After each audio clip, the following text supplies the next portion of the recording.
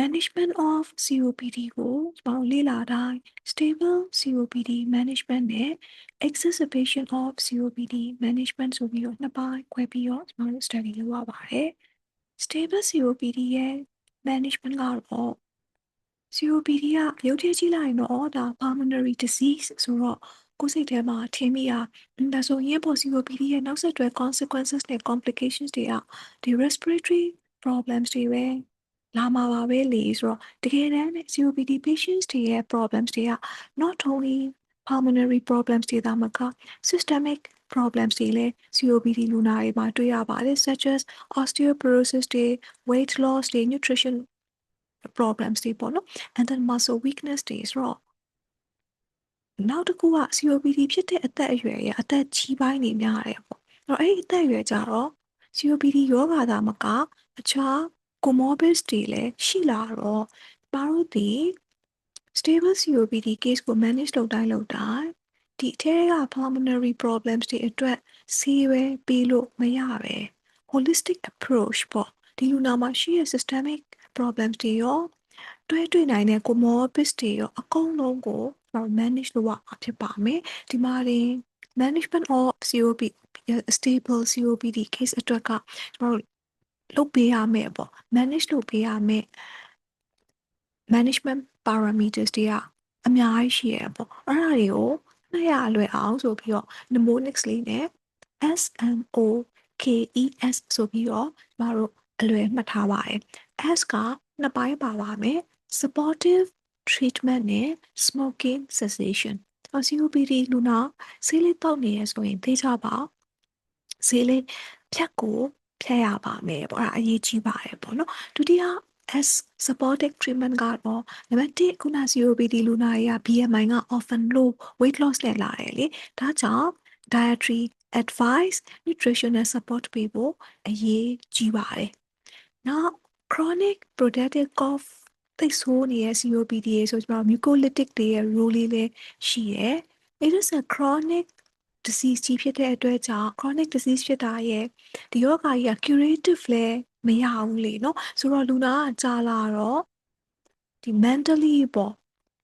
breakdown ဖြစ်လာတယ်ပေါ့နော်အဲ့ဒါအတွက်လည်းကျမတို့သိကြပါလူနာကို psychological support ပေးရမှာဖြစ်ပါမယ်တပြိုင်နက်တည်း COPD လူနာတွေကိုကျမတို့ vaccinations တွေလည်း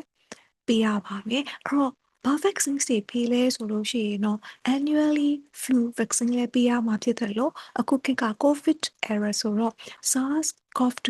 vaccination လည်းပေးရမယ် pneumococcal respiratory ကောင်လေးပေါ့နော် vaccine လည်းပေးရမယ် pertussis ကတော့ဒါကျမတို့တော်တော်များမှာ pertussis only vaccine မလာတော့ tetanus diphtheria pertussis 3ခုပေါင်းပေါ့နော်ဒီ vaccine လေးပေးလိုက်တယ်အဓိကတော့ pertussis ကို prevent လုပ်ချင်တာပေါ့နော် also တဲ့ COPD လူနာမှာမှအသက်50နှစ်အထက် COPD ရေဆိုရင် varicella zoster virus vaccine to prevent the shingles အတွက်ပေါ့ပြီးရင် respiratory syncytial virus vaccine ဒါတွေလည်းပေးသင့်ပါတယ်ဒါက COPD လူနာမှာဆိုရင်ဘာ vaccine တွေကျမတို့ပေးရမလဲပေါ့ဆိုတော့နံပါတ်1 smoke ဆိုရဲ acronyms လေးက S smoking cessation နဲ့ these supportive treatment ပြီးသွားရင်နံပါတ်2 M ကတော့ medications တွေဖြစ်ပါမယ် that means COPD လူနာအတွက်ပေးမဲ့ pharmacological treatment ပေါ့နော်အဲ့တော့ medication ကအဓိကအုပ်စုနှစ်ခုပါပါမယ် bronchodilators တွေနဲ့ corticosteroids တွေပါအဲ့တော့ဘယ်လိုသုံးပါလဲဘယ်လို COPD လူနာမှာဘယ်လို combinations တွေပေးမလဲ monotherapy ပဲပေးမလားတော့ကို2026 guideline အတိုင်းခဏနေဆက်ပြီး study လုပ်ပါမယ်လောလောဆယ်တော့ကျမတို့ရဲ့ဒီ acronyms တွေပြည့်သွားအောင် M ကဒေတာပေါင်း medical treatment or pharmacological treatment တွေလည်းပေးရမယ်ပေါ့နော် O ပါ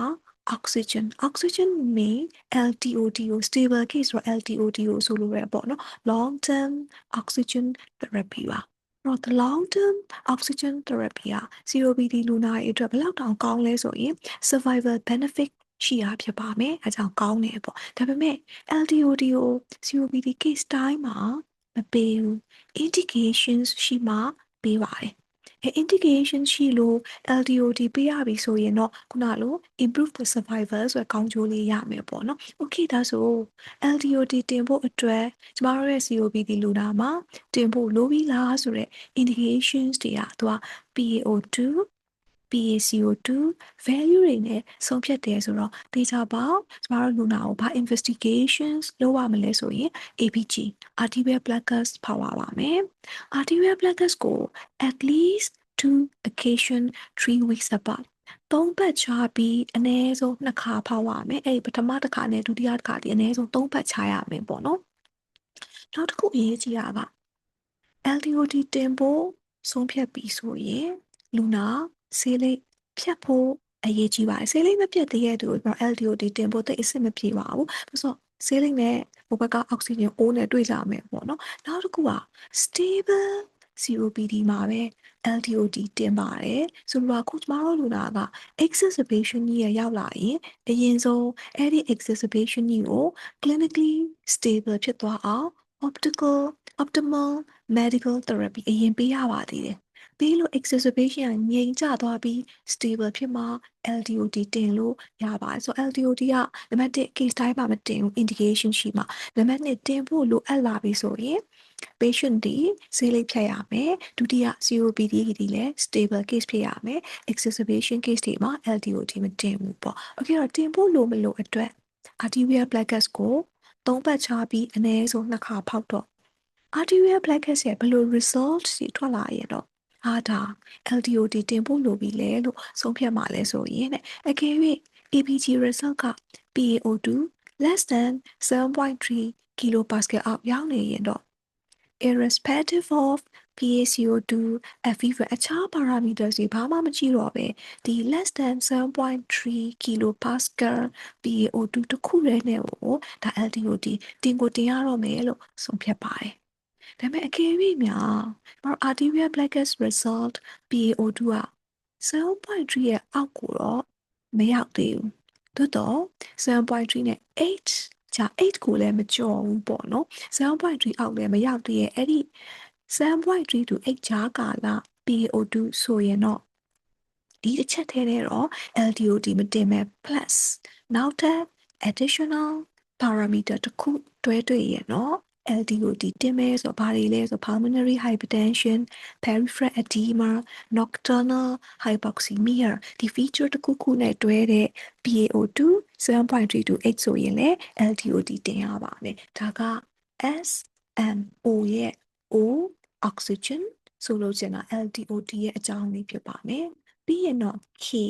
သူ K ဆိုတဲ့ mnemonics ကိုဝင်အောင်ရေးတော့ comorbid ဒီမှာတကယ်စလုံးမအမှန်တော့ CO နဲ့ပေါင်းတာပေါ့နော်ဒီမှာ K မဖြစ်ဖြစ်အောင်လုပ်တာအတန်ထွက်ကလေးကိုယူလိုက်တယ်ပေါ့လေအဲ့တော့ comorbidity အဲ့တော့ COPD လူနာတွေမှာ comorbidity တွေသိကြပါ manage လုပ်ပေးရပါမယ်အဲ့တော့ဒီမှာနေ Go 2026 guideline နဲ့မှာဒီ COPD လူနာတွေ pulmonary problem တခုတည်းကုလို့မရပဲ other comorbidities တွေကိုလည်းကြည့်ရမယ် and COPD မှာနောက်တစ်ခုခဏနေဆက်ပါလာပါမယ် SMOKရဲ့အင်းကြီးများချင်း exercise and rehabilitation pulmonary rehabilitation တွေလည်းအရေးကြီးတယ်ဆိုတာကိုဒီမှာ mobility လူနာကလှုပ်ရှားမှုအရေးကြီးတယ် check for the balance and the exercise capacity ပေါ့ morbidities တွေကိုလည်းကျွန်တော် identify and address the management လုပ်ဖို့အရေးကြီးတယ် mentation ညီများချင်း psychological support အရင်အရေးကြီးပါတယ် chronic disease ဆိုတာကြာလာရင်ဘယ်လူနာမဆိုစိတ်ပိုင်းဆိုင်ရာသူတို့အနေ mental trauma တော့ရကြမှာပဲလीနော်နောက်တစ်ခုက medication အဲ့တော့ဒီ slide လေးကနေပေးချင်တဲ့ကျွန်တော်ယူချင်တဲ့ message တွေကတော့ COPD လူနာဆိုလို့ medications အလုံးနဲ့မရပါဘူး medications mobility morbidity ဆိုတော့ M လေးတွေရေးပြီးတော့ 4M person center approach အခုခေတ်ကတဖြည်းဖြည်းနဲ့ကျမတို့ဒီလူနာတွေကိုဆေးကုတဲ့အချိန်မှာ person center approach ဆိုတဲ့ဒီ individualized approach ကိုသွားရပေါ့နော်ဆိုတော့လူနာတယောက်နဲ့တယောက်ဘယ် COPD လူနာလာတပုံစံနဲ့ကုတာမဟုတ်ဘဲနဲ့ individualize ကို patient ရဲ့လိုအပ်ချက်ကိုကြည့်ပြီးတော့ဖြည့်ဆည်းပေးတာကိုဒါ person center approach ပါ အဲ့တော့ COPD ကို person center approach နဲ့သွားရင်အနည်းဆုံးဒီ 4M တော့ပြည့်စုံရမယ်တဲ့အဲ့ဒီက morbidity တွေ mobility တွေ mentation တွေကိုပဲဒီလို 4M နဲ့မှတ်ရင်လည်းရတယ်လို့ခုနလို SMOKE M များချင်း medications S supportive ထဲမှာခုန mentation ဆိုတဲ့ဒီ psychological support ပါပါမယ် key comorbid တွေကို identify လုပ်ပြီးတော့ address လုပ်တယ်ဆိုတာဒီနောက် morbidity ဆိုတာဖြစ်ပါမယ် E exercise and rehabilitation ညီများချင်း mobility ဖြစ်ပါမယ်ပေါ့ပြီးတော့မှဒီ mnemonics တွေကိုဆုံးအောင်ဖတ်တော့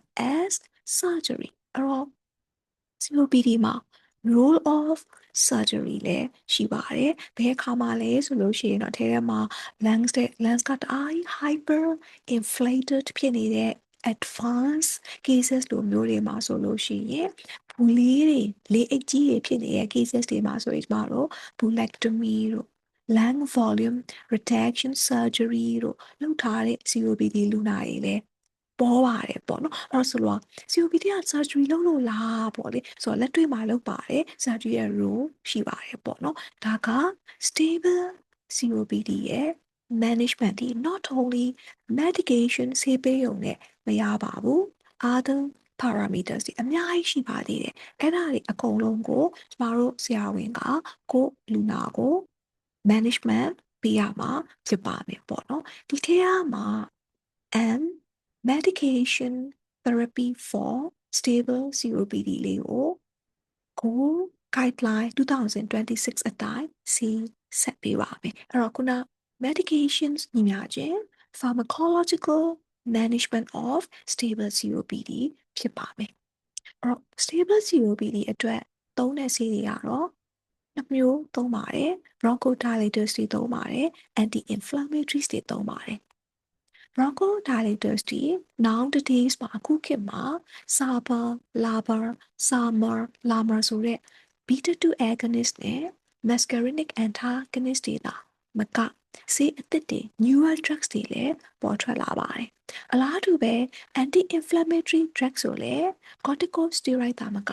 newer drugs တွေလည်းပေါ်တယ်ဒါပေမဲ့ these newer drugs တွေဖြစ်တဲ့ဒီကတော့ low ကတော့ initial treatment မှာတော့မသုံးပဲ follow up ပြမှာ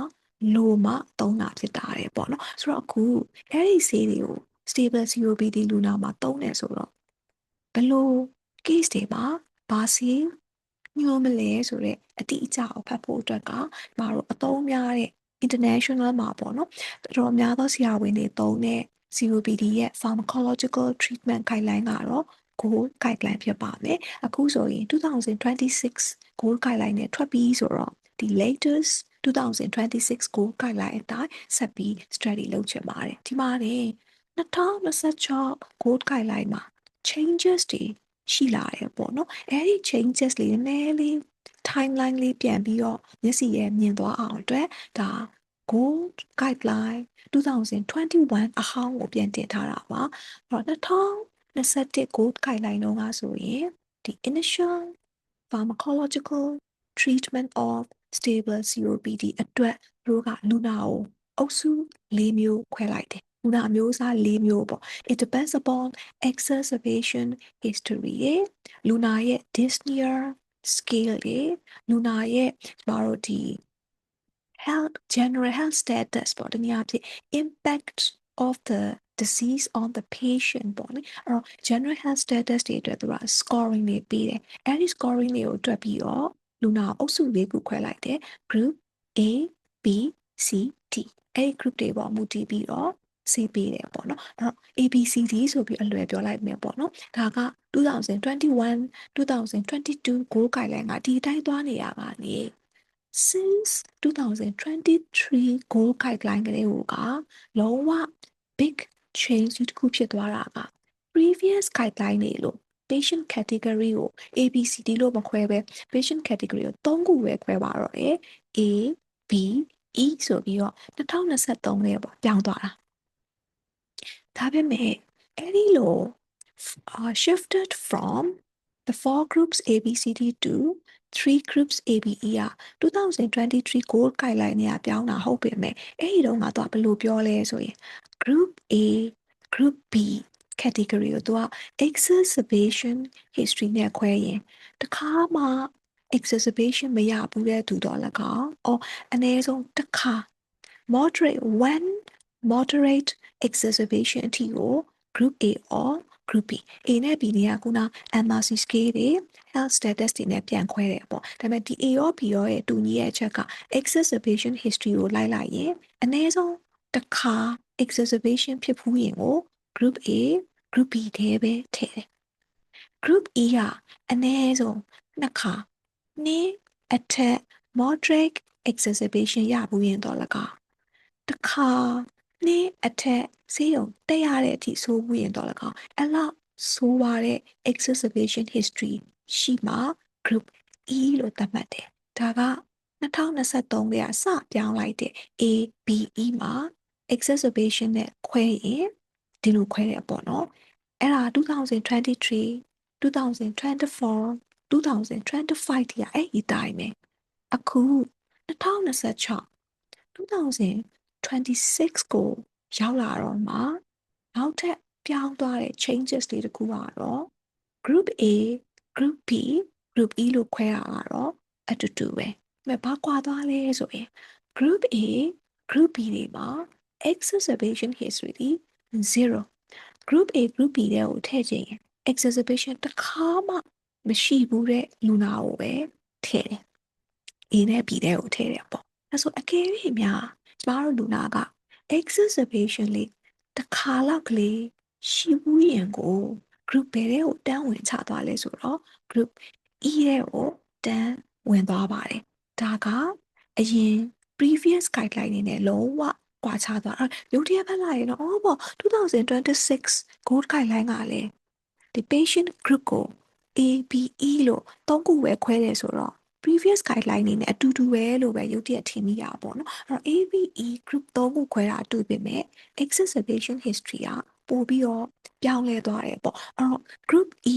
exacerbation လေးတစ်ခါဖြစ်ဘူးရင်ကို group ကတန်းပြီးတော့အမြင့်ဆုံး E ရဲ့ကိုတန်းပြီးတော့ရောက်သွားပါတယ်ဒါလေးတစ်ချက်ပြချင်တာပါအခုအဲ့ဒီ2026 gold guideline မှာဒီ stable COPD ရဲ့ pharmacological treatment ကိုသူတို့ကသုံးခုခွဲလိုက်ပါတယ် initial pharmacological treatment COPD ကိုပထမဦးဆုံးဆေးပေးရင်ဘယ်လိုပေးမလဲပေါ့ဒုတိယက follow up pharmacological treatment initial ပေးပြီးသားလူနာကို follow up ပြန်ခေါ်တဲ့အချိန်မှာရောဆေးတွေကိုဘယ်လိုအပြောင်းလဲလုပ်မလဲပေါ့ပြီးတော့မှတတိယအုပ်စုကတော့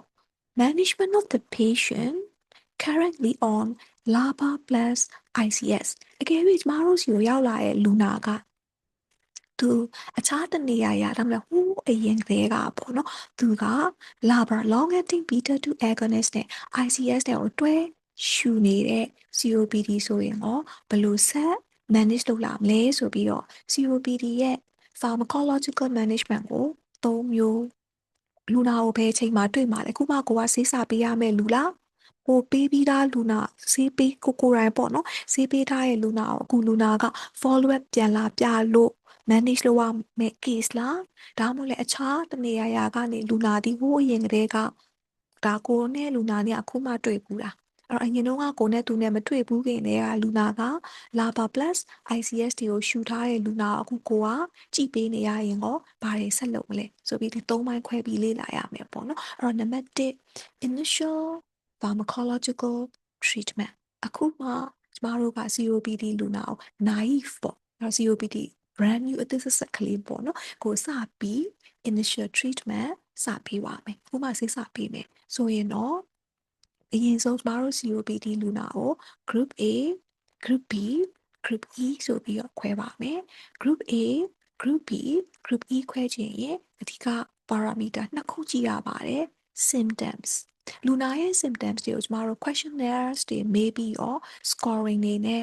MRC score ဆိုတာ dyspnea scoring ဖြစ်ပါမယ် CAAT scoring system ကတော့လူနာရဲ့ general health status ကို check လုပ်တဲ့ scoring system ဒါနဲ့လူနာရဲ့ symptom တွေဘယ်လောက်ဆိုးနေပြီလဲပေါ့ခွဲလိုက်တော့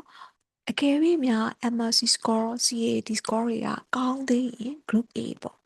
MRC score လဲဆိုးနေပြီ CAAT score လဲဆိုးနေရင် group B ပေါ့ A နဲ့ B ကဒါနဲ့ခွဲသွား symptom နဲ့ခွဲသွားပါတယ် A နဲ့ B ရဲ့တူညီရဲ့ချက်ကတော့တခါမှ exacerbation မရဘူးရပါဘူး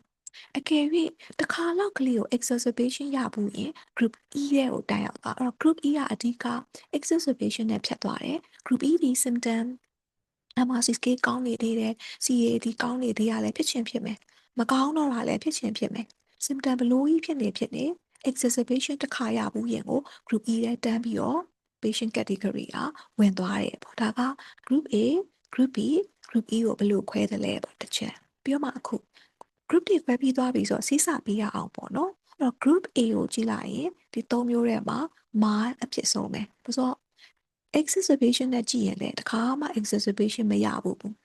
symptoms questionnaire scoring တွေကြည့်ရင်လည်းကောင်းတယ်အဲ့တော့အကောင်းဆုံး group က group A mild အဖြစ်ဆုံးပေါ့အဲ့ဒီ group A တွေဆိုရင် A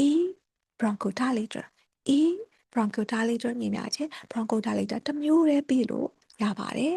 အဲ့ဒီတစ်မျိုးတည်းဒီ short acting ပေးလဲရတယ် long acting ပေးလို့ရတယ်ဆိုပေမဲ့လည်း if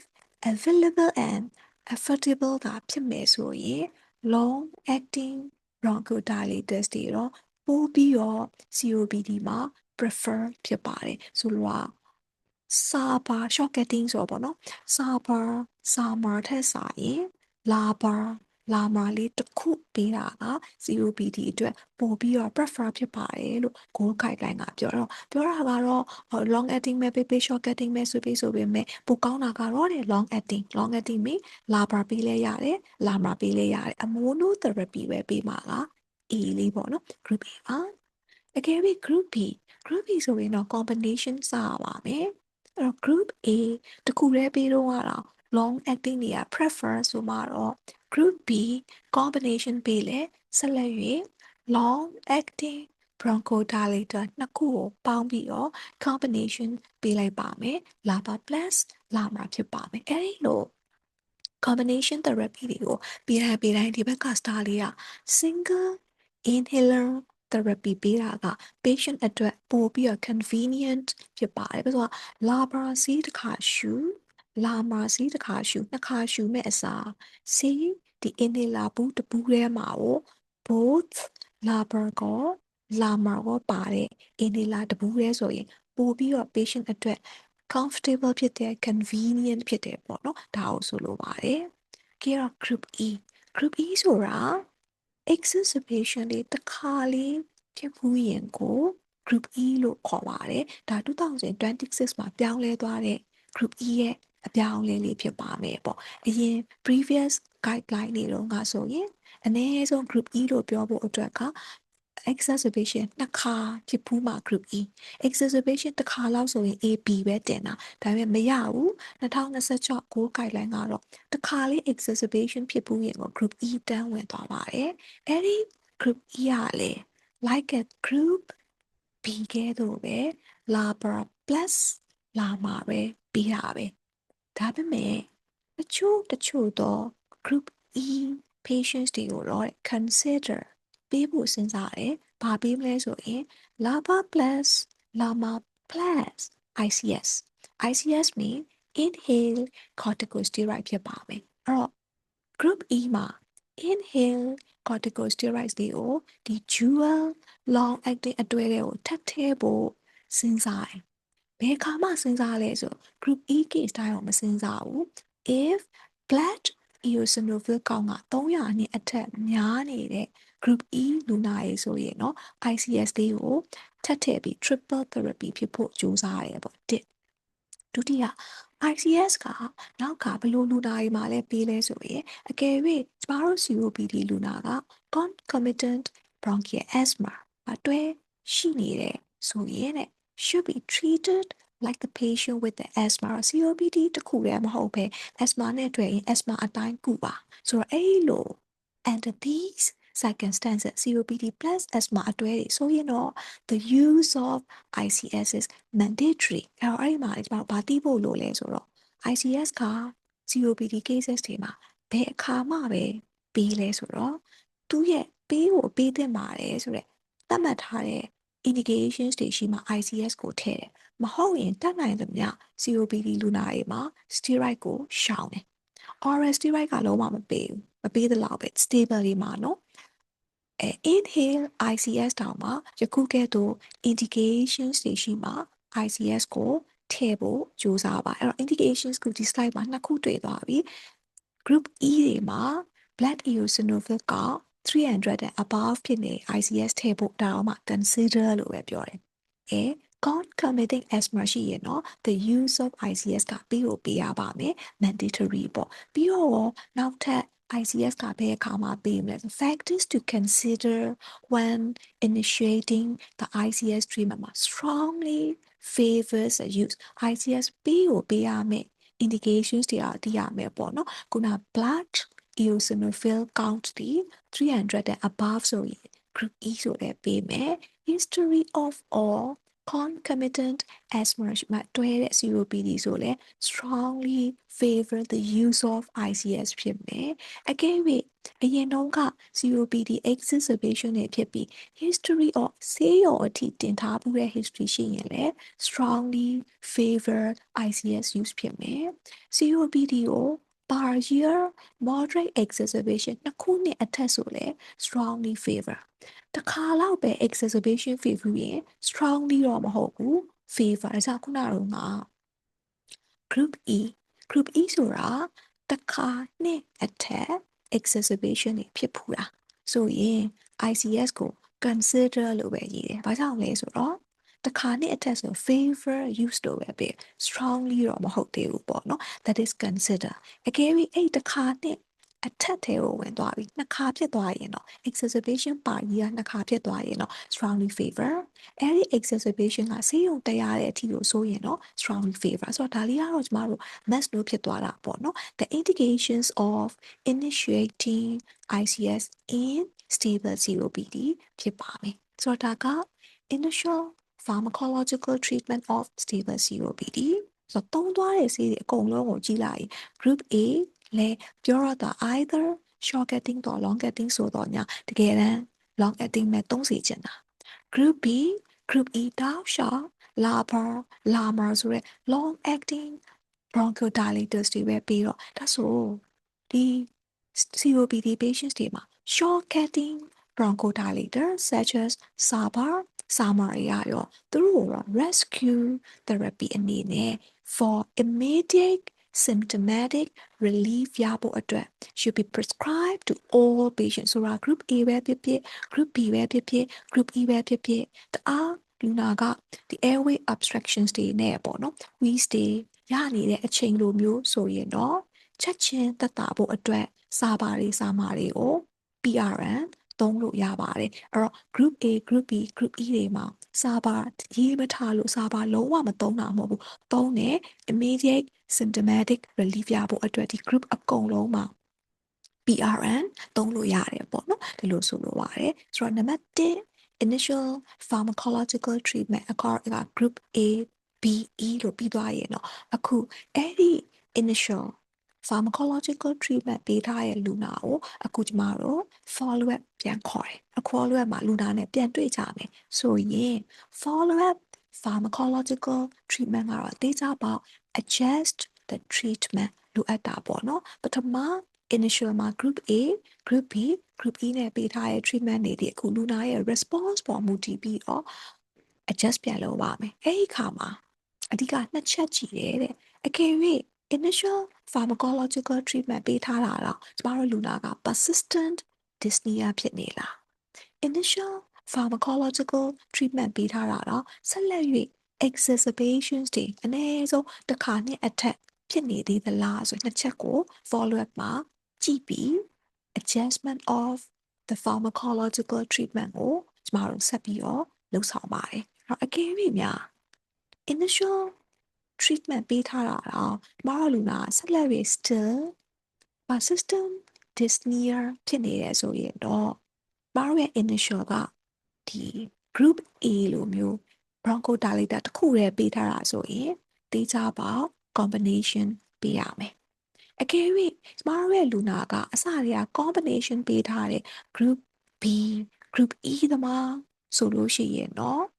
လာပါလာမှာ already တင်ထားပြီးသားဆိုလို့ရှိရင်တော့ဘာတွေထပ်ထည့်ဖို့ကြိုးစားမယ် implement or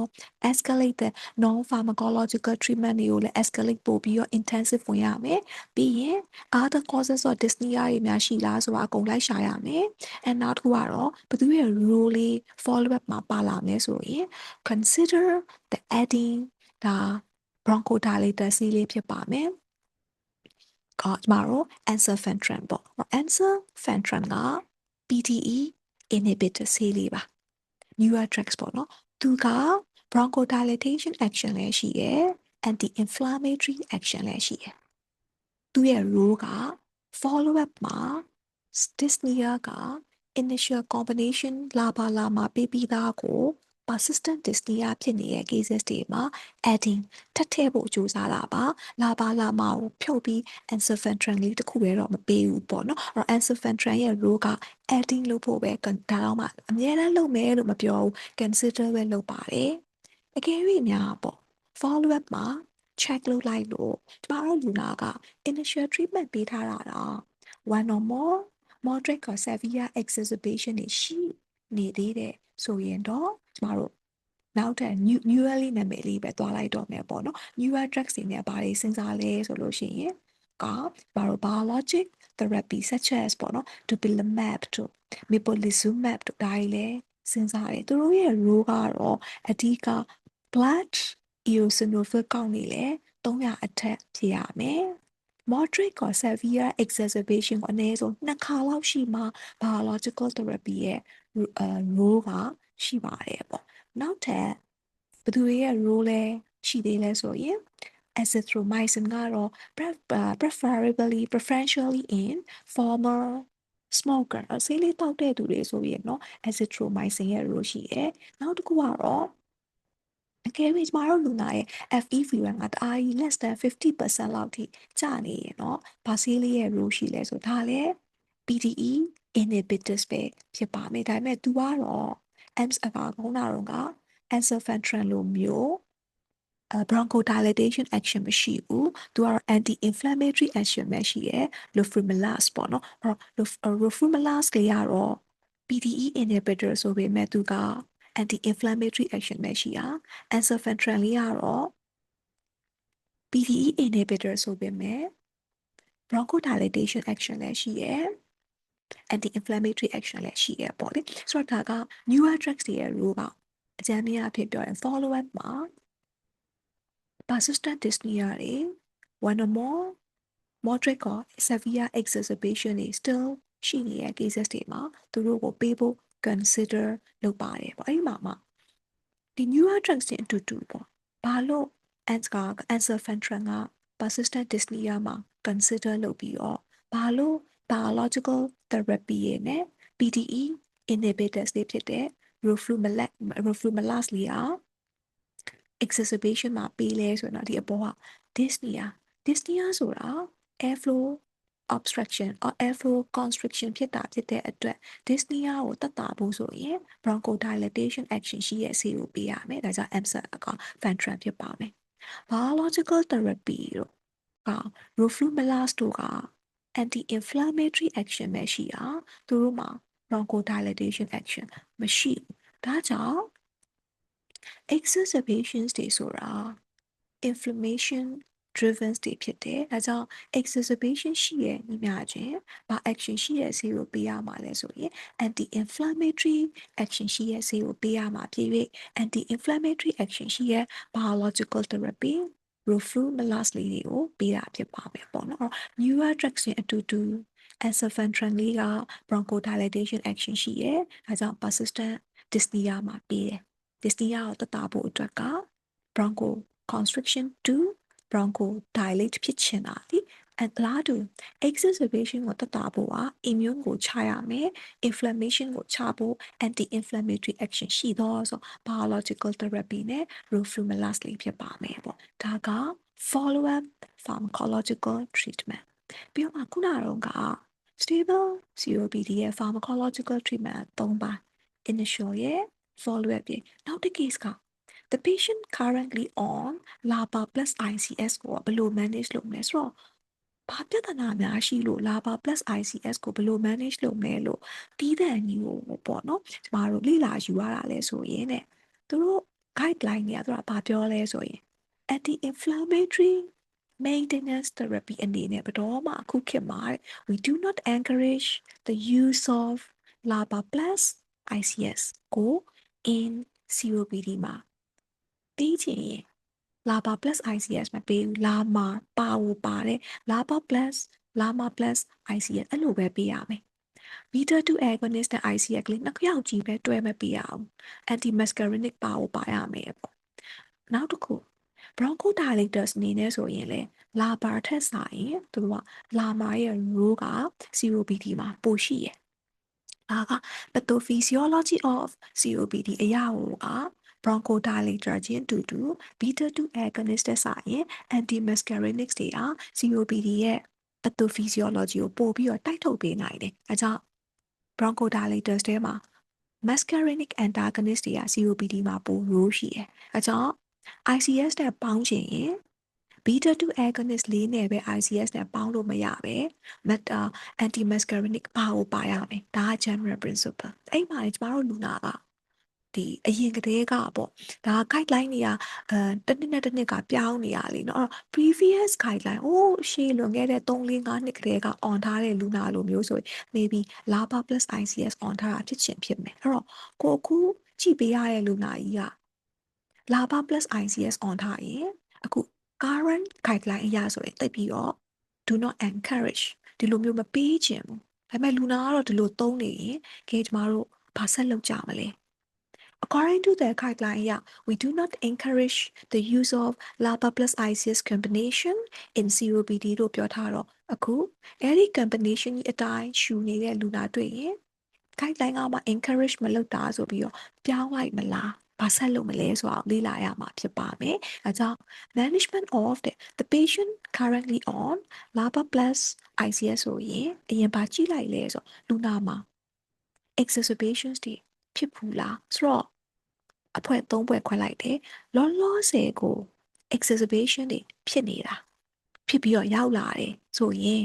LABA plus ICS ပေးထားတာတော့ exacerbation နဲ့လာရဲဆိုတော့ဒီ combination ကအလုပ်ကိုမဖြစ်လို့သေချာသွားပြီဒါဆိုရင် LAMA ထည့်မှဖြစ်တော့မယ်အဲ့တော့ LAMA ထည့်မယ်ဆိုတော့ LABA plus ICS ထဲကို LAMA ထည့်ပြီး triple ဖြစ်ပြောင်းမလားဒါမှမဟုတ် ICS ကိုဖြုတ်ပြီးLAMA ပေးမလားဆိုတော့တက်နိုင်တယ်များ ICS ကိုလည်းဒီ COPD မှာမလိုပဲမပေးချင်ဘူးလေအဲ့တော့ဘာပေါ်မူတည်လဲဆိုရင် blood eosinophil count ဒီလိုမျိုး currently LABA ICS ရှူနေတဲ့ patient မှာမတို့ cut out point blood eosinophil 100နဲ့ဖြတ်ပါတယ် initial ကိုစပေးတော့ကကြတော့ blood eosinophil count ပေါ့နော် for ဒီ ICS ထဲမထဲကိုဆုံးဖြတ်တော့ကတော့300နဲ့ဆုံးဖြတ်ပါတယ်ဒါ initial အတွက် initiating ကိုယ်တိုင်စထည့်မဲ့ ICS ကတော့ blood eosinophil 300နဲ့ဖြည့်တယ်သူကသူ on ထားပြီးသား ICS ကိုဖြုတ်ပါပေါ့နော်ဖြုတ်အတက်တွေစဉ်းစားတာကြတော့ blood eosinophil 100နဲ့ဆုံးဖြတ်တယ်အဲ့တော့ကျမတို့လူနာက LABA plus ICS on ထားတာတော့လောလောဆယ် exacerbation ရဲ့ရောက်လာရင်ဒီနှစ်ခုနဲ့လုံးဝအဖြေကဒီနှစ်ခုနဲ့လုံးဝမလုံလောက်လို့သက်သေပြရဲပေါ့ဆိုတော့လုံလောက်နေ exacerbation ရချာအကြောင်းမရှိဘူးလေအခု exacerbation နဲ့လာရဲဆိုတော့တေချာပေါက်သူရှူနေတဲ့ regimen ဖြစ်တဲ့ LABA plus ICS ကမလုံလောက်ရင်LAMA ထည့်မလားဒါမှမဟုတ် ICS ကိုဖြုတ်ပြီး LAMA ထည့်ပါဆိုတော့ LAMA အထည့်ကိုထည့်ချင်တာဟုတ်က blood eosinophil များနေမယ်100ထက်ဆိုရင်တော့ ICS ကိုမဖြုတ်ချင်ဘူးမဖြုတ်တော့ LABA plus ICS ထဲကို LAMA လေးထည့်လိုက်တယ် blood eosinophil 100အောက်ဆိုရင်တော့ ICS ကိုမပေးချင်ဘူး ICS ကိုဖြုတ်ပြီး LABA plus LAMA အဲ့လောက်အထိ the LAMA has the greater effect on exacerbation reduction compare with LABA ဖြစ်ပါမယ်အဲ့ principle ကိုသုံးလိုက်တော့အခု LAMA ကို change ချသွားတယ်ဒါပေမဲ့ eosinophil ကောက်များနေရင်တော့ ICS ရဲ့ role ကရှိနေပြန်တော့ ICS ကိုမဖြုတ်ပဲ LAMA လေးကိုထည့်လိုက်တယ်ပေါ့ဒါကလောလောဆယ်ကို exacerbation နဲ့ရောက်လာရင်အကယ်၍ဘာလူနာမှာ no relevant exacerbation history ဆိုတော့အရင်တော့ကလည်း exacerbation မဖြစ်ဘူးအခုလောလောဆယ်လဲလူနာက stable ပဲ ဒီ LABAR plus ICS နဲ့နေကောင်းနေရပေါ့နော် stable ပဲဘာ exacerbation မှမရှိရင် ICS ကိုဖြုတ်ချပလိုက်တယ်တတ်နိုင်သမျှ ICS ကိုဒီ COPD မှာမပေးခြင်းတဲ့သဘောပဲအဲ့တော့ဖြုတ်ပြီးဘာလေးချိန်လိုက်လဲဆိုရင်လာမာလေးကိုချိန်လိုက်ပါတယ်အဲ့တော့အဓိကတတ်နိုင်ရင် ICS ကိုမပေးခြင်းဘူးတတ်နိုင်ရင်လာမာထည့်ခြင်းတယ်အဲ့တော့ဘာ exacerbation မှမရှိဘူးရင် ICS ဖြုတ်လာမာထည့် exacerbation နဲ့ရောက်လာရင် eosinophil count နဲ့ရင် ICS ဖြုတ်လာမာထက် eosinophil count များနေရင်တော့ ICS က row ရှိနေတော့ ICS ကိုမဖြုတ်တော့ပဲလာမာလေးပဲထက်ဒီနှစ်ခုပြီးသွားရောအရှိဆုံးကလောလောဆယ်တော့လူနာက stable ပဲ no current exacerbation ဒါပေမဲ့အရင်တော့က previous positive treatment response အဲ့တော့ဘာတော့ပေါ့ positive treatment response ဒီများချင်း patient ကအရင်တုန်းက exacerbation တွေဖြစ်ပူးပြီးဒီလို LABA plus ICS တွေနှစ်ခုတည်းပေးတာကိုလည်း response ဖြစ်ပူးတဲ့ history ရှိတာအဲ့တော့ဒီစာပိုက်ကလေးကလောလောဆယ်တော့ stable ဒါပေမဲ့အရင်တုန်းက exacerbation ဖြစ်ပူးတယ်အဲ့ဒီတုန်းကလည်းဒီလိုနှစ်ခုလေးပေးတာကို तू ကတက်တာတယ်လို့ response ဖြစ်တဲ့ history ရှိရယ်လောလောဆယ်လဲ symptom တွေလည်းမရှိပဲနေကောင်းကြမှာနေရင်ထားလိုက်ပါဆိုပြီးတော့ LABA plus ICS လေးပဲဆက်ထားလို့ရပါတယ်တဲ့ဒါပေမဲ့ဘလောက်ပဲလောလောဆယ် stable ဖြစ်အရင်တုန်းကလည်း LABA plus ICS နဲ့ response ရခဲ့ဘူးတဲ့ history ရှိလောလောဆယ် symptom တွေကအများကြီးဖြစ်နေတယ်လူနာမှာ pulmonary ရော systemic symptom တွေရောရှိနေရဆိုရင်တော့လာမှာထဲမှာပဲ LABA plus ICS plus LABA ဒါကတော့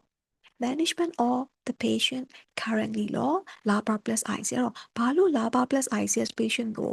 ဘာလို့ manage လုပ်မလဲလို့တည်တံ့လေ့လာလဲဆိုတော့ principle ကတော့ဘရောမအခုနောက်ပိုင်းမှာ COPD patients တွေကို combination ပေးရင် LABA အတွဲပေးရင်ပေးဒါမှမဟုတ်ရင် ICS ကိုမှထည့်ချင်ပါသဖြင့်ဆိုရင်လေLABA တွေကိုပဲထည့်LABA လုံးဝမပါပဲ LABA plus ICS ကို guideline က encourage မလုပ်တော့ဘူး။ဘာကြောင့်လဲဆိုရင်တော့ LABA ထက်စာရင် muscarinic antagonist တွေဖြစ်တဲ့ LAMA တွေက COPD ရဲ့ exacerbation reduction အတွက်ပိုပြီးတော့ evidence base က greater effect ဖြစ်နေတဲ့အတွက်ကြောင့်ပါ။အဲကြောင့် LAMA ပါရမယ်။အဲကြောင့် LAMA မပါတဲ့ဒီအတွဲလေးပေးလာရင်ဘာဆက်ကျုပ်လောက်ကြမလဲဆိုတာအထိဒီသန်လေးလာယူရတယ်ပေါ့နော်။ဒါက pharmacological management of stable COPD ဖြစ်ပါမယ်။ stable COPD ရဲ့ management ကတော့ not merely pharmacological therapy တွေမဟုတ်ဘဲနဲ့ non pharmacological treatment တွေလည်းအရေးကြီးပါတယ်ဆိုတော့ကို patient ကို manage လုပ်တဲ့အချိန်မှာဒီ aspect တွေမေ့ကြံခဲ့မှာဆိုလို့ဒီ mnemonics လေးနဲ့ stable COPD management ကို SMOKES နဲ့မှတ်ထားလိုက်ပါတယ် surgical interventions တွေရဲ့ role ပါအပါအဝင်ဖြစ်ပါမယ် concerning the pharmacological management of stable COPD ကတော့ guideline တစ်ပုံနဲ့တစ်ပုံမှာနည်းလေးကွာခြားချက်တွေရှိပါတယ် for example Oxford Cambridge တွေကဆိုသူတို့ UK guideline NICE guideline အတိုင်းသူတို့ describe လုပ်ကြတယ်ပေါ့နော်ဒီမှာတော့ဒီ update အဖြစ်ဆုံး2026 code guideline လေးအတိုင်း study လုပ်လိုက်ပါတယ်ဆိုတော့သူကတော့ stable COPD ရဲ့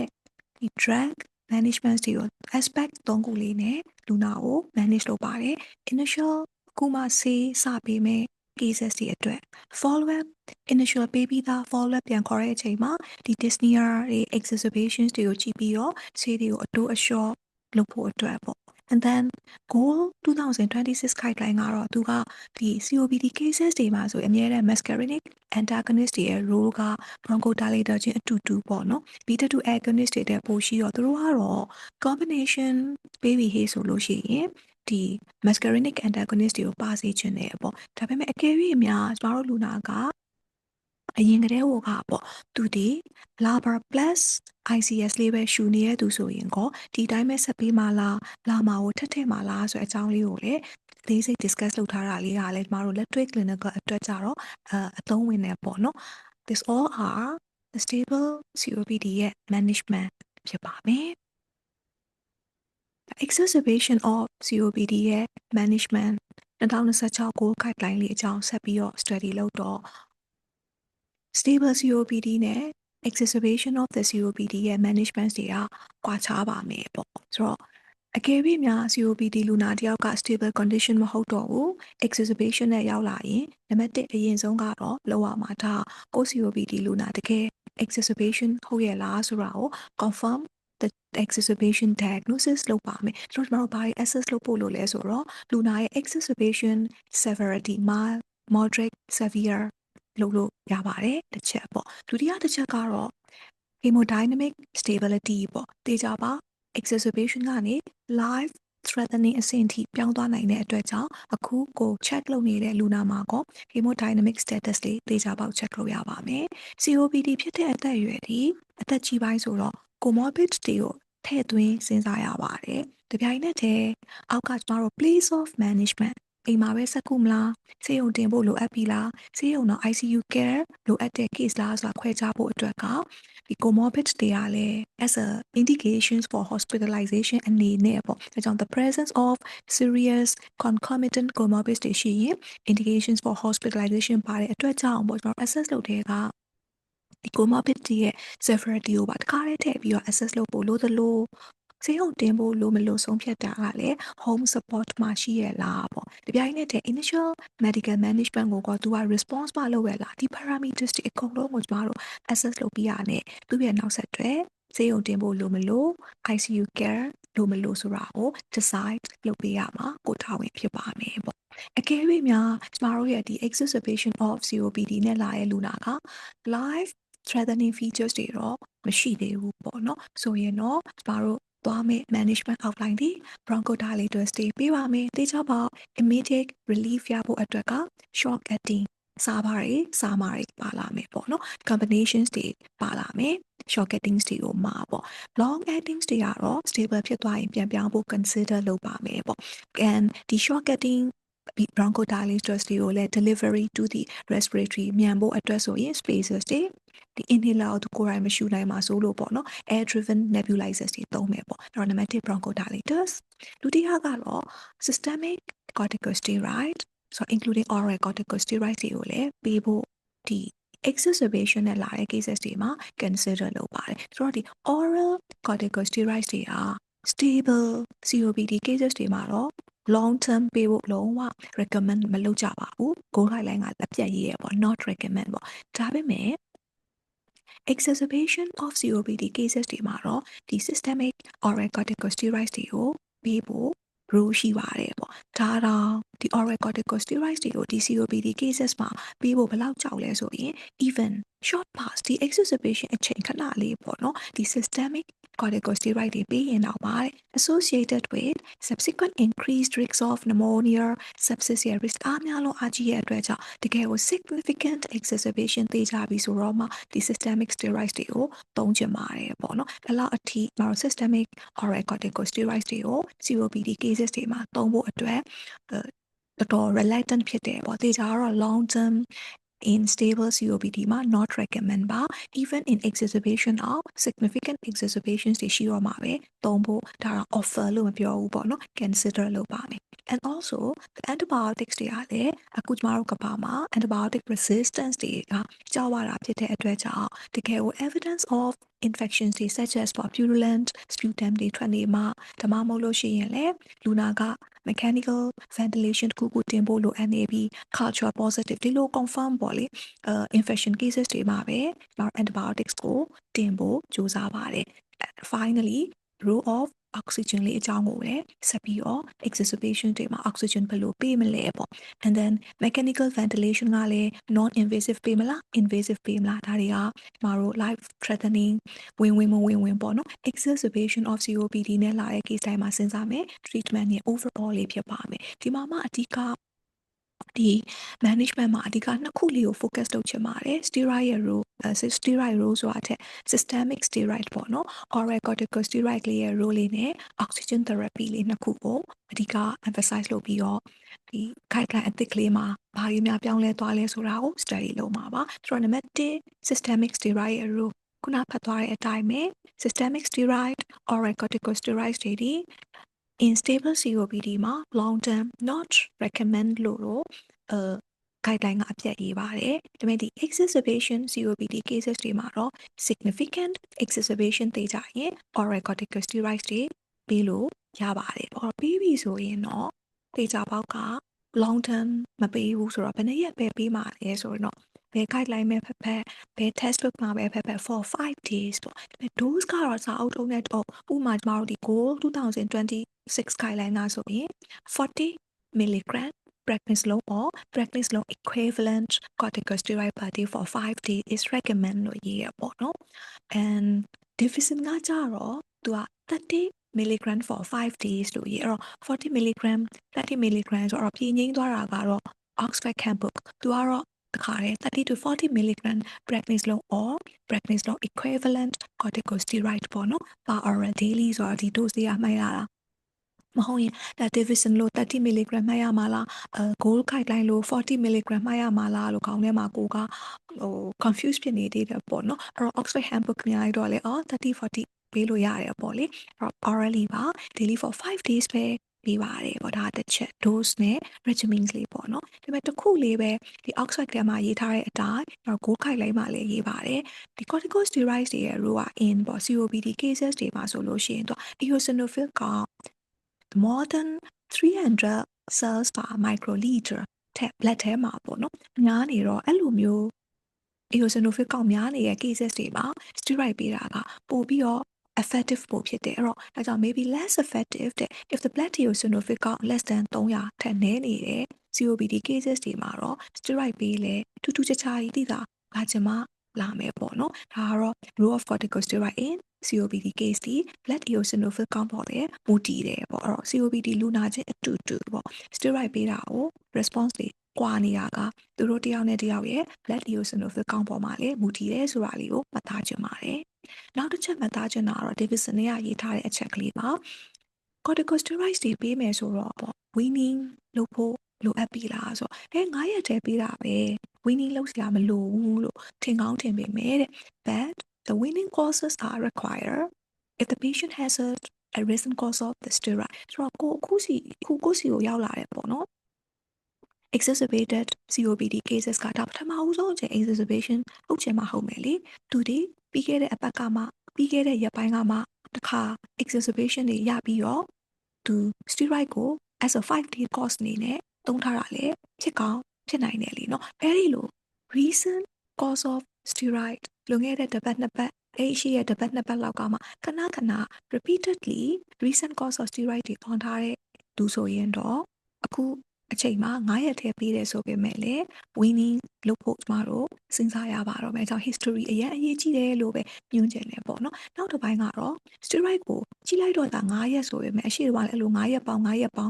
အလီလီပေးထားခဲ့တာဖြစ်တဲ့အတွက်ကြောင့် osteoporosis prophylaxis တို့လည်းဒီလိုမျိုး repeated causes of steroid လိုအပ်တဲ့ cases တွေမှာဒီ osteoporosis prevention တွေအတွက်လည်းထည့်သွင်းစဉ်းစားရမယ်ဆိုတာလေးက electric practical မှာကျွန်တော်တို့တကယ်စဉ်းစားရမယ်လို့မသွားရမယ်အချက်ကလေးလို့ recommend လုပ်လို့ပါတယ် Davison တွေကဒါလေးဖတ်ချင်ပါတယ်ပေါ့နော်ဒါကတော့ Goal 2026 guideline နဲ့ရဒီ overall ပေါ့ management of COPD exacerbation ဖြစ်ပါမယ် bronchodilators ဒီ immediate relief လာဖို့အတွက် shock acting inhale bronchodilators တွေသုံးပါမယ် beta 2 agonist with or without ဒီ LABA ပေါ့ SABA ပေါ့နော် short acting beta 2 agonist plus or minus short acting muscarinic antagonist တွေကတော့ initial bronchodilators တွေအနေနဲ့က short acting bronchodilators တွေကိုတင်ရမယ်ပေါ့ systemic corticosteroids ကတကယ်ကို significant exacerbation ရလို့လိုအပ်လို့တင်ပြီးဟိဆိုရင်တော့လေကောင်းပြန်ကောဘာတွေကောင်းလဲဆိုတော့သူတင်လိုက်ခြင်းအပြင် lung function improve ဖြစ်လာတယ် oxygenation power တွေပိုပြီးတော့ကောင်းလာတယ် recovery time အရမ်းမြန်တယ်။ဆေးရုံမှာအကြာကြီးနေစရာမလိုဘူးပေါ့။အဲ့တော့ဒီ systemic corticosteroid oral corticosteroids တွေက exacerbations တွေမှာအကန့်အောင်တာပြီးနိုင်မယ်ဆိုလို့ရှိရင်တကယ်ကောင်းတယ်ပေါ့။ဒါပေမဲ့လည်း long term ပေးဖို့ကတော့ not recommend ဖြစ်ပါမယ်။အကြောင်း9ရက်ပဲပြီးတယ်ပေါ့။ဒါပေမဲ့အဲ့9ရက်တည်းကအလီလီဖြစ်လာရင်တော့ခုန weaning လုပ်ဖို့စဉ်းစားလိုက်ရမယ်။ osteoporosis preventive regimens တွေထပ်ထည့်ဖို့စဉ်းစားလိုက်ရမယ်ပေါ့နော်။ antibiotics ရဲ့ role evidence of infections တွေ mechanical ventilation တင်ဖို့လိုအပ်တဲ့ cases တွေမှာပဲပေးတယ် or exacerbation of COPD cases မှာမပေးဘူးလို့ဆိုလိုတာဖြစ်မယ်ပေါ့နောက်ဆုံးတစ်ချက်ကတော့သေချာပေါက် oxygen ပေးရမယ်ဆိုတော့ဒီမှာတင်အဓိကဒီ recording လေးမှာနောက်တစ်ခု emphasize လုပ်ချင်တာကတော့ oxygen ဘယ်လိုပေးမလဲဆိုတဲ့ issues လေးဖြစ်ပါမယ်ဒါလေးကတော့ဒီ Goal 2026ထဲကဒီ high flow nasal oxygen therapy ပါ HFND and က nasal ပေါ့နော် nasal oxygen therapy နဲ့ indications တွေသူမနိုင်ရင်တော့အရင်ဆုံးဒီ COPD cases တွေမှာ non invasive mechanical ventilation တင်ဖို့ကြိုးစားပါတယ် in COPD exacerbations တွေမှာ invasive mechanical ventilation ရဲ့ role က the last treatment option ဖြစ်ပါမယ်တကယ်ကို persistent life-threatening hypoxemia despite oxygen therapy NIV ပေးလို့ကို hypoxemia တက်မလာတဲ့ life-threatening အဆင့်လောက်ရောက်တော့မှတကယ်ကိုနောက်ဆုံးဆင်ပဲပေါ့နော်ဒီ ICU တဲကိုထည့်ပြီးတော့မှ invasive mechanical ventilation တင်ရမှာဖြစ်ပါမယ်တကယ်ကိုနောက်ဆုံးဆင့်ဆိုတာဖတ်လိုက်တာနဲ့ကိုဒီ status post respiratory cardiac arrest တွေဒါမျိုးတွေရနေပြီပေါ့ GCS တွေကြာနေပြီပေါ့ patient မှာ massive aspirations problem တွေ other respiratory problems တွေလည်းဝင်နေပြီပေါ့ဒီလို hemodynamic instable severely ခံစားနေရပြီပေါ့ဒီ arrhythmia တွေတောင် run နေပြီတကယ်ကိုနောက်ဆုံးဆင့်ပေါ့ life threatening state လို့ရောက်တော့မှာပဲ as a last treatment option အနေနဲ့ invasive mechanical ventilation ရဲ့ role က COPD exacerbation မှာရှိပါတယ်ပေါ့အဲ့လောက်ဒီအခြေအနေမဆိုရင်တော့ကျမ initially ကတော့ဘာနဲ့ပဲစမလဲဆိုတော့ဒီ oxygen therapy တွေသူမမရရင်တော့ဒုတိယဆင့်ဖြစ်တဲ့ non invasive mechanical ventilations တွေတင်ပါမယ်ပေါ့အဓိကတော့ non invasive mechanical ventilations တွေကတော့ဒီ hypercapnia တွေဆိုလာပြီးသူ့ရဲ့နောက်ဆက်တွဲ respiratory acidosis တွေဆိုလာပြီး despite supplemental oxygen လေးပေးရတော့မှ hypoxemia မသက်သာဘူးဆိုတဲ့အချိန်လေးမှာတော့ကျမတို့ non invasive mechanical ventilation လေးကိုအရင် try နေသူမနိုင်မှ invasive mechanical ventilation ကို try နေတယ်လို့သွားတယ်ပေါ့နော်ဆိုတော့အဲ့ဒီ၃ယောက်ထဲမှာအစိုးသေးကြပါ high flow nasal oxygen therapy HFNTD is a fast mode of ventilation using the exacerbated COPD cases တွေဖြစ်ပါမယ်ပေါ့နော်အဲ့တော့အရင်ဆုံးဒီလူနာအတွက်ဒီ ventilation အတွက်ဆိုရင် the fast mode ကတော့ဒီ HFNT ကိုအရင်တင်တယ်ဒါကသူပေးလိုက်တာနဲ့ဒီ hypoxia problem ကသက်သာတာများတယ်ပေါ့ဒါပေမဲ့တချို့လူနာတွေ HFNT နဲ့ကို who do not response ဒါမှမဟုတ်လဲ COPD မှာ problem ကဒီ hypoxia only မဟုတ်ဘူးလေ hypercapnic problem ကလည်းရှိသေးတာပေါ့နော်အဲကြောင့် hypercapnic problem dominant ဖြစ်တဲ့ cases တွေ HFNT နဲ့ကို response မဖြစ်တဲ့ cases တွေကြတော့မှ non invasive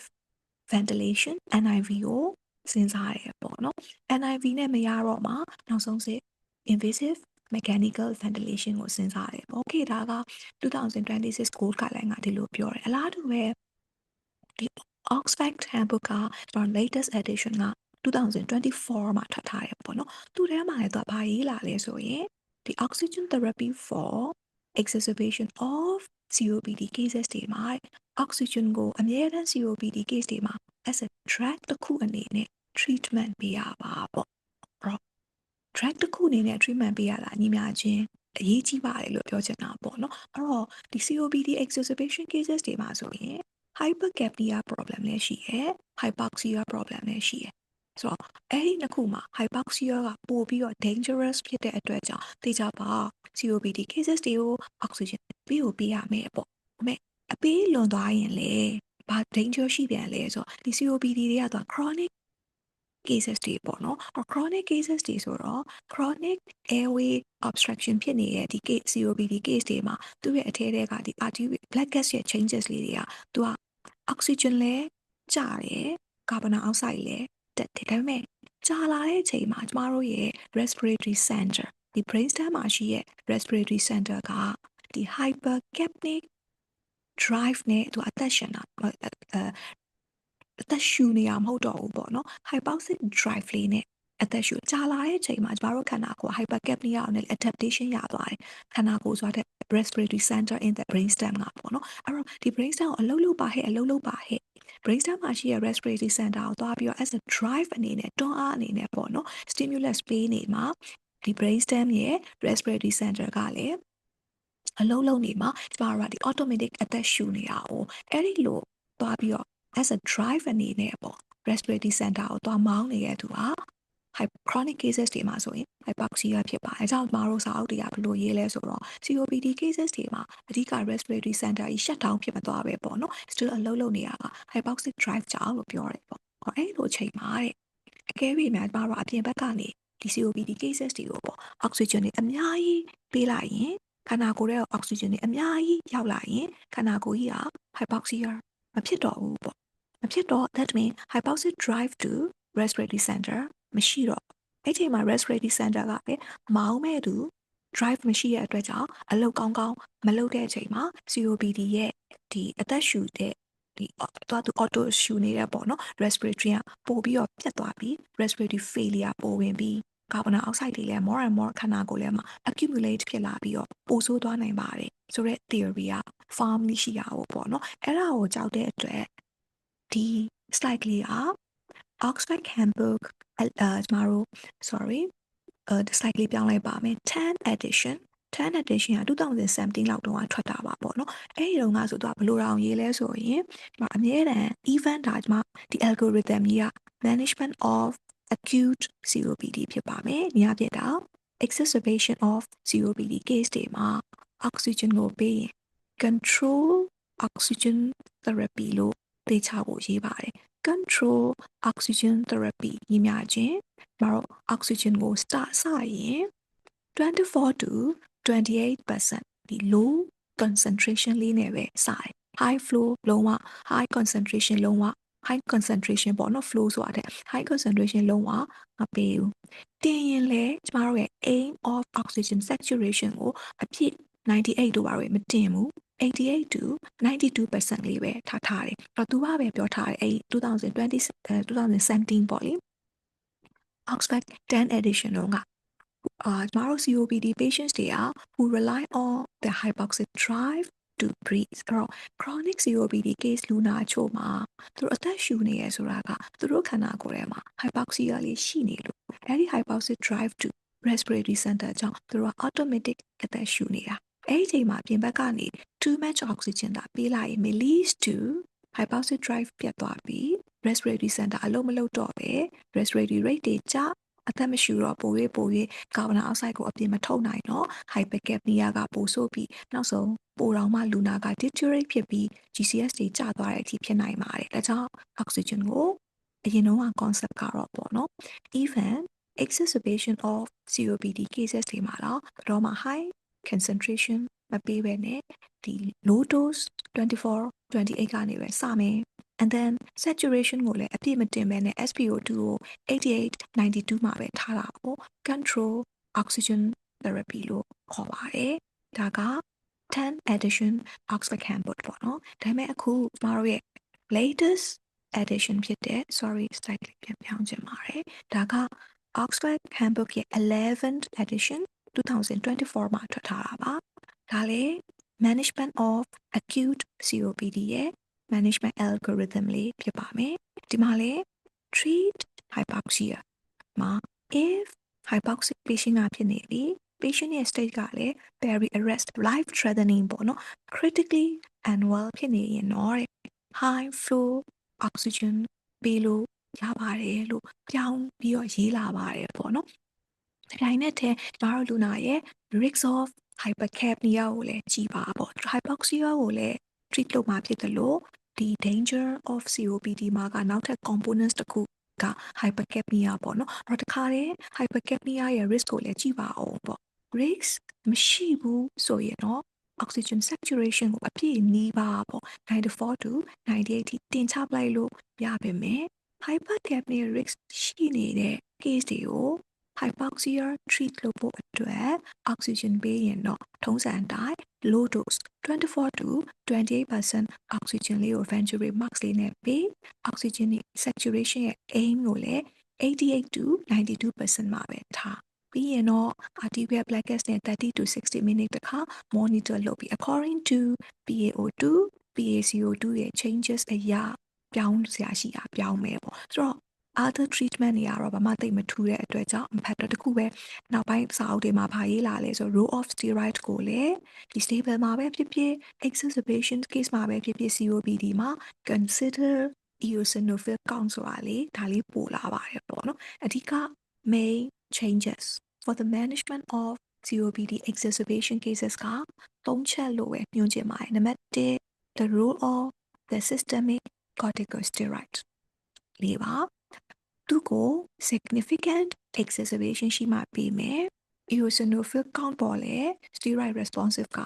ကွာသေးတယ်ပေါ့လူနာတစ်ယောက်နဲ့တစ်ယောက် and then တတိယချက်ကတော့ corticosteroids တွေပြ9ရက်ပဲ exacerbation တွေမှာပေးရဆိုတော့ weaning လုပ်ဖို့လိုမလို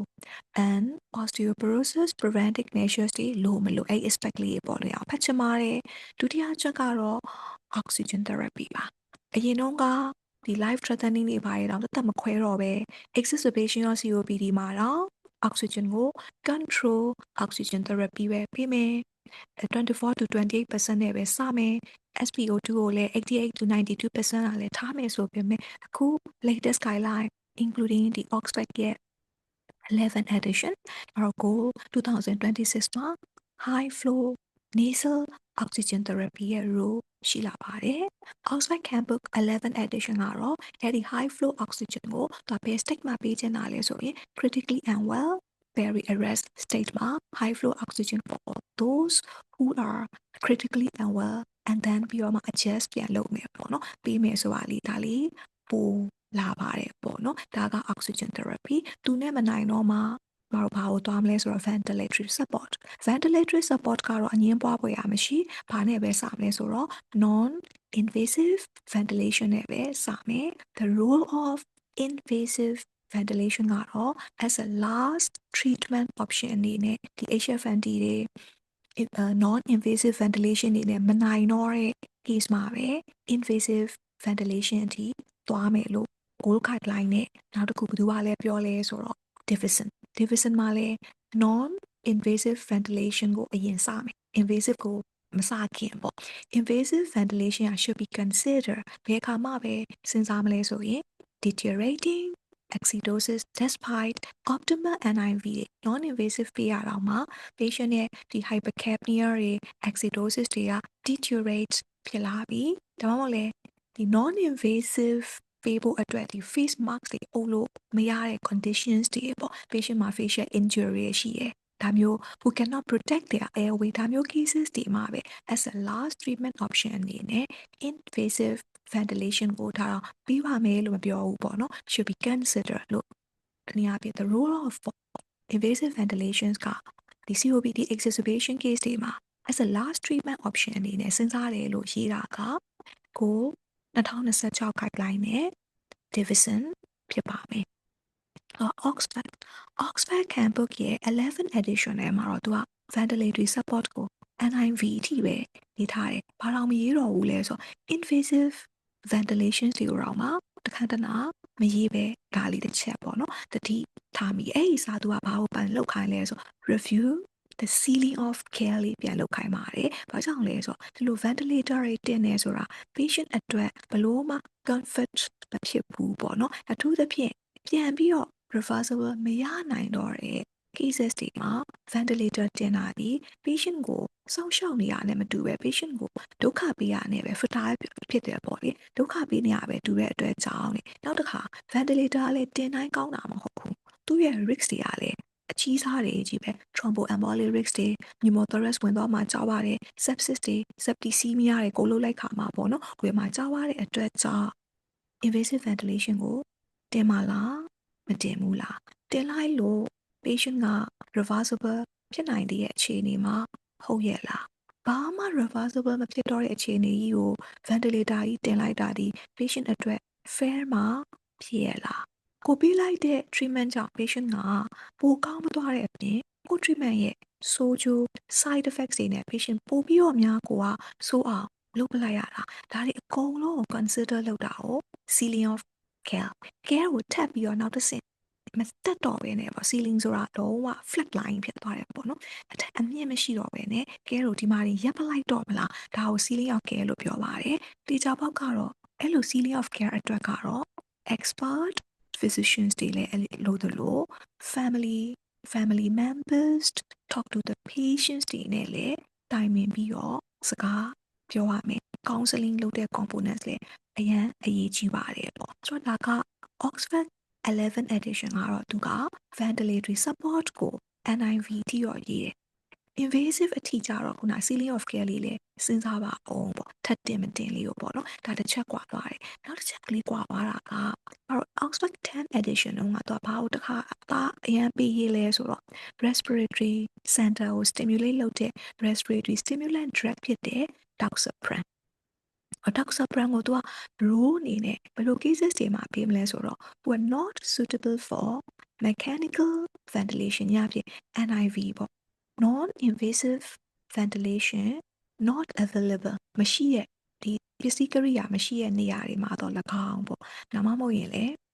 NIV ပေးလို့မရတဲ့ conditions တွေပေါ့နော်ဒီမှာဆိုရင် NIV ကပေးဖို့လိုအပ်လာပြီပေးဖို့ facility မရှိပေးလို့မရတဲ့ condition ပေါ့ NIV ကလူနာကိုယ်တိုင် effort စိုက်ပြီးအပြင်ဘက်ကစက်ကနေ drive လုပ်လိုက်တဲ့ pressure နဲ့ပေါ့နော် drive လုပ်လိုက်တဲ့လေတွေကိုလူနာကိုယ်တိုင်ကရှူရတာဖြစ်တဲ့အတွက်တကယ်လို့ကျမတို့လူနာက GCS ကြာနေမယ်ဆိုရင်သူကိုယ်တိုင်မရှူတတ်တော့အဲ့ခါကျရင် NIV ပေးလဲအလကားပဲပေါ့ face mask နဲ့လေတွေကို drive လုပ်တာဆိုတော့လူနာကဒီ face mask ကြီးအုပ်ထားပြီးတော့ဒီအထံကိုမခံနိုင်ဘူးပေါ့ agitate လုပ်နေတယ် nausea ခဏခဏပြုတ်နေလဲ mask တက်ထားလို့မရဘူးလေအဲ့လို causes တွေက not suitable for NIV တင်လို့မရဘူးဒီပြိုင်နက်တည်း center မှာလည်း NIV ဆက်မရှိဘူးအဲ့ဒီအချိန်မှာ NIV ရဲ့အစားထိုး respiratory stimulant doxapran ရဲ့ role လေးရှိပါတယ် short term လေးရောယာယီပေးလို့ရပါတယ်ဆိုတာလေးရေးထားပေမဲ့ 11 edition Oxford Handbook မှာကြတော့ the role of NIV လေးလည်းဘာမှတရားဝင်ရေးခြင်းမရှိပဲပြုတ်သွားတာလေးတော့တတိထားမိရပေါ့နော်ဆိုတော့ဒီ Oxford Handbook မှာပြောင်းလဲသွားတာတော့ဒီ11 edition latest ကတော့ ventilatory support ကိုအဓိက NIV အစားထိုး respiratory stimulant doxapran အကြောင်းလည်းသူကမဖော်ပြတော့ဘူး NIV နဲ့မနိုင်ရင် invasive ventilation တင်ပါလားဆိုတော့လေ review the ceiling of care လေးကိုလည်းထည့်သွင်းစဉ်းစားသင့်ကြောင်းလေးသူဖော်ပြလာတယ်ပေါ့နော် and big changes တွေကတော့ oxygen therapy ကိုဒီ exacerbation of COPD cases တွေမှာဒီ critically unwell နဲ့ hypoxia တိတ်ဆိုးနေရင် high flow oxygen it is also called high flow nasal oxygen therapy HFNT လို့လည်းကျမတို့များသောအားဖြင့်အလွယ်အတူလေးခေါ်ပဲပေါ့နော်တို့က COPD exacerbation cases တွေမှာရှိလာကြောင်းလေးပေါ့တဖြည်းဖြည်းနဲ့ပေါ့နော်ပေါ်ပြလာတာလေးလဲ changes တစ်ခုအနေနဲ့ဒီမှာမှတ်သားချင်တာဖြစ်ပါမယ်ဒါကတော့ COPD ရဲ့ exacerbation ဖြစ်နေတဲ့အချိန်မှာဘယ်လို treat လုပ်လဲပေါ့ exacerbation နဲ့နေပြန်ကောင်းသွားရင်ဆေးရုံတင်ထားတဲ့ case ဆိုရင်ဆေးရုံပြန်ဆင်းမယ်ဆင်းတဲ့အချိန်မှာအရေးကြီးတဲ့အချက်ကတော့သူ့ရဲ့ data တွေအကုန်လုံးတကယ် exacerbation သက်တာမှပြန်ဆင်းရမယ်မသက်တာပဲနဲ့ပေးဆင်းပြီးမှလည်းကြောက်တာတစ်ချက်ရယ် COPD ကအခုဆေးရုံပြန်ဆင်းမယ်ဆိုတာလုံးဝအရှင်းပြောက်သွားတာမှမဟုတ်တာနော် exacerbation ပဲသက်တာသွားတာဖြစ်တဲ့အတွက်ကြောင့်အိမ်မှာ maintenance therapy တေချာပေါက်ဆက်ပြီးတော့လိုအပ်မှာဖြစ်တဲ့အတွက်အဲ့ဒီ maintenance အတွက်ပို့ပေးထားတဲ့ဆေးတွေမှာပြည့်စုံပြီလားလူနာရောအကုန်လုံးက inhaler သုံးမှာဖြစ်တဲ့အတွက် inhaler device တွေမှာသုံးတတ်ပြီလားဆိုတာကိုတေချာပေါက်ပြန် check လုပ်ပါဘလောက်ပဲကိုဆေးပေးပေး inhaler မရှူတတ်ရင်ဘလို့မှ effective မဖြစ်ရင်နောက်တစ်ခါလဲ exacerbation ကြီးနဲ့ဆေးရုံပြန်တက်ရမှာဖြစ်တဲ့အတွက်နံပါတ်3အချက်ဖြစ်တဲ့ reassess the inhaler techniques ကအရန်အရေးကြီးပါတယ်။ဆိုတော့ exacerbation cases တွေခဏခဏဖြစ်တာလေဒီ inhaler technique လူနာတွေသေချာမရှူတတ်တာအကြောင်းကလည်းအဓိကတရခန့်အနေနဲ့ပါဝင်ပါတယ်။ inhaler technique လူနာမရှူတတ်တာဒီလူနာရဲ့ weak point မဟုတ်ပဲကိုဆရာဝန်ကတေးသေးချာချာမရှင်းပြ demonstrate လုပ်မပြ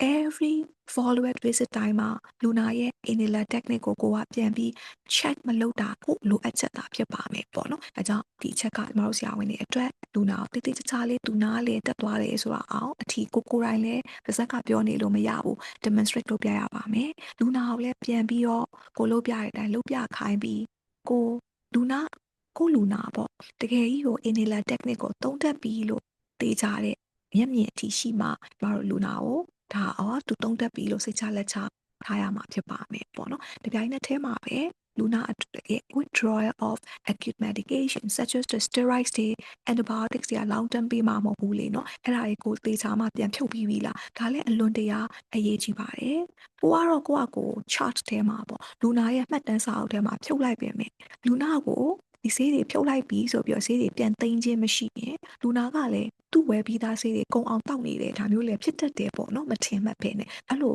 မထင်မှတ်တဲ့ pitfall လေးတွေအကုန်လုံး light check လုပ်ဖို့အရေးကြီးတယ်ဆိုတာလေးနဲ့ follow up ဒေတာပေါက်ပြန်ခေါ်ရပါမယ်